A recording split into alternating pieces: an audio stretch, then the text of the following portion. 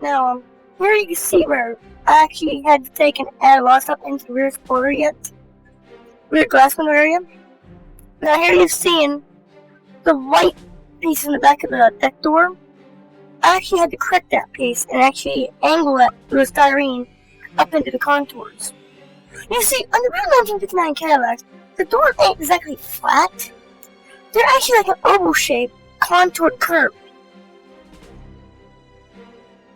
When I seen the original one that my one foster cousin had a long time ago, I remember it because we used to go watching the Ghostbusters movie the night before, and then the next day when I saw the hearse, he said it was actually the exact same model and everything of the Columbia movie.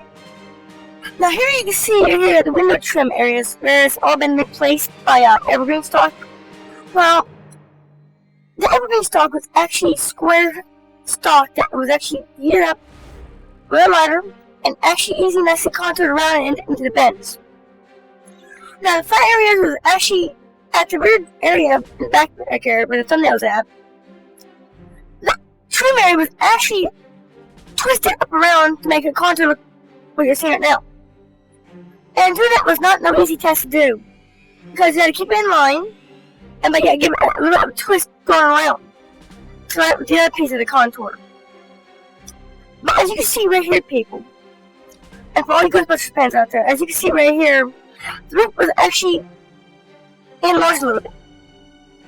The kit is not a bad kit, like I said before, but the thing is, the roof is not exactly flat like they think it is. It's actually like an egg shape, oval shape, from the front windshield all the way back to the back area. Now you can see here the fillers up where we actually take and actually contour the right way in the contours. Now if you look right there, you can see where the original upper door seam area was actually at. And if you look closer, you can see where we have prescribed new lines at for a new opening going up a little higher. Yes, the door goes up a little higher than what the kit does. The real car, the doors are up there a little more. But, you know, what can you expect for a car that is over 60-some years of age and the kits are being reissued? Not every detail is going to be correct in the kits, though. That's the thing about it. And that's what us builders are for, to actually have fun building these kits and to make them accurate and stuff. We have to sort things out and scratch those things ourselves, make them look like what they did in the films. Unless there's a vendor out there that actually provides the actual scale parts.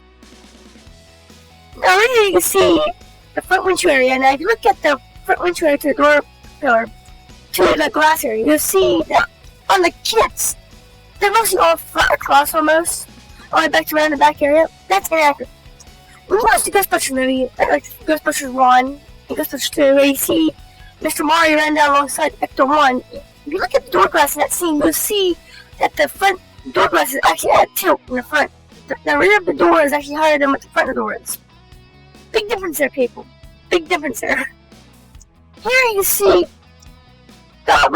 when you look at the side windows, what you're seeing is actually the spacers where we're actually enlarging the roof at. That's how much we actually had to extend onto.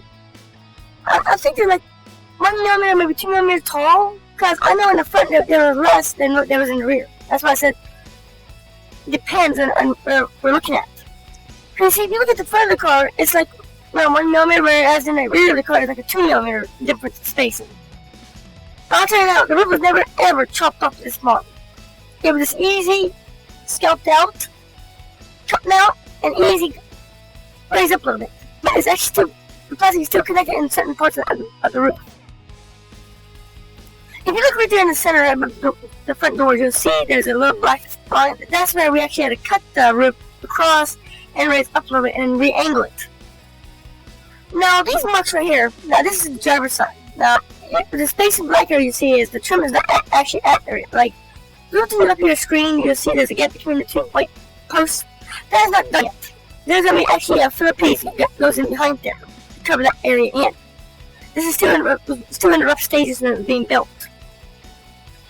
But we use the tape as marker lines on the top. That way we know exactly where the line will actually tie in at when we put the spacers in.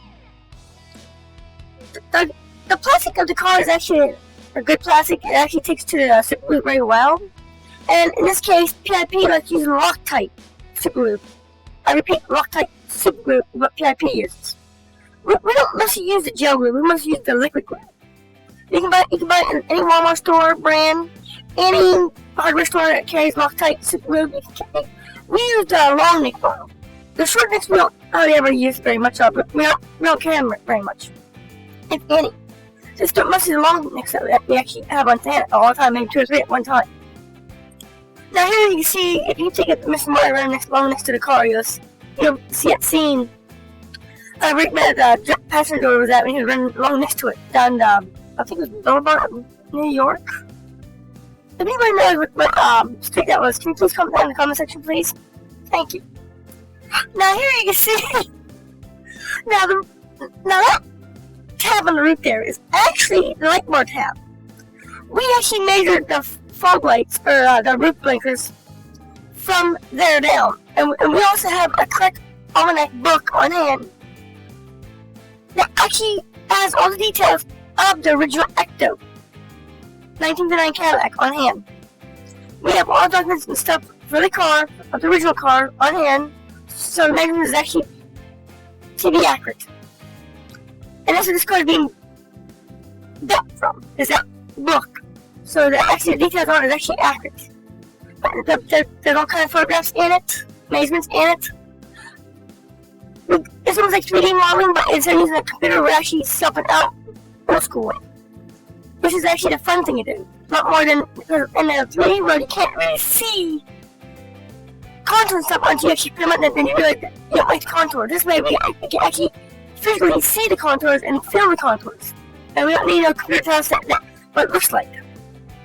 Right there, you can see right here, you can see the door opening, of the original opening, and there's the filler right there. And you can see also how far we actually put the roof apart right there, up in the center section.